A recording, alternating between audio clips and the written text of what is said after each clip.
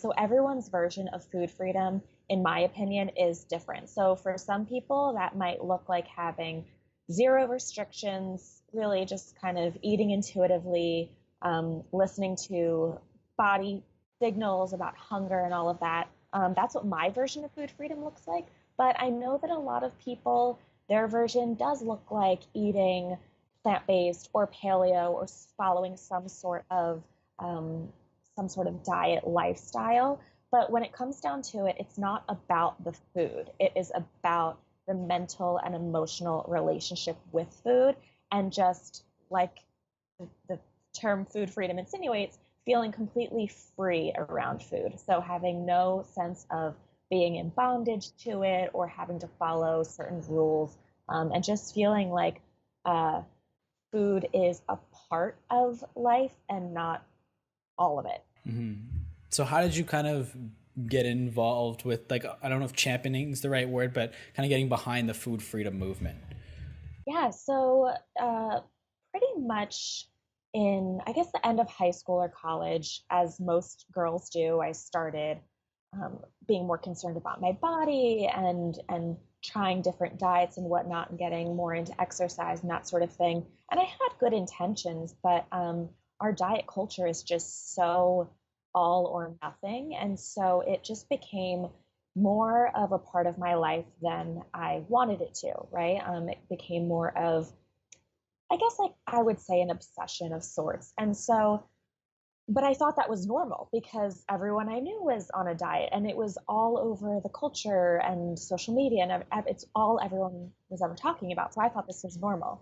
And so I carried that into my 20s. And I would say about 4 or 5 years ago, I kind of had this breaking point where it's just like, wow, these diets that I'm often on all the time have way too much space in my mind. They have way too much control over the decisions I make, my social life, and just my day to day life. I don't want this to be such a forefront of my thinking.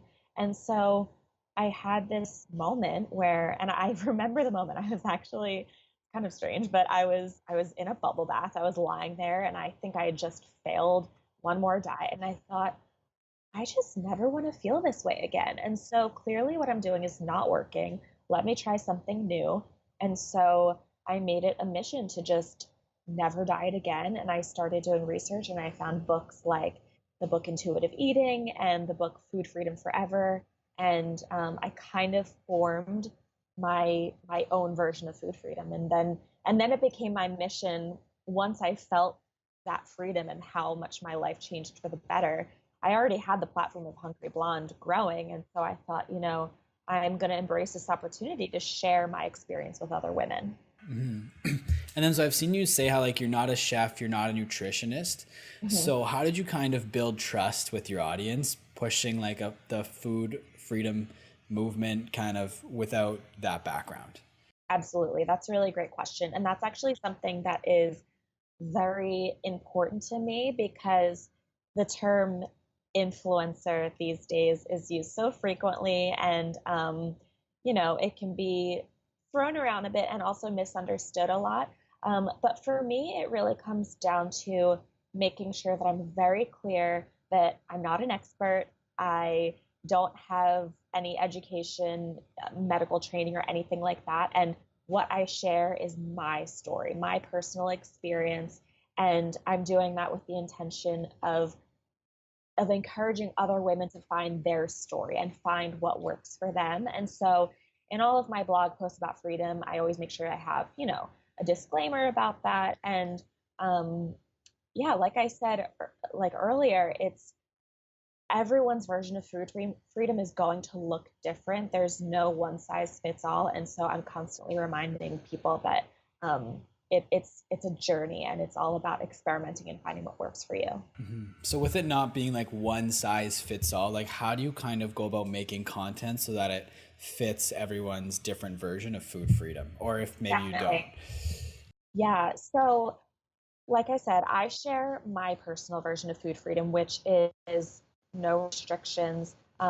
With that being said, I do eat healthfully most of the time, and I'm very transparent about that. So being transparent and authentic is the number one most important thing to me. I am just always sharing my day to day, my lifestyle. But with that being said, I will still share recipes or things I've learned from maybe different diets or lifestyles, because I know that there are some people that follow me that is what works for them.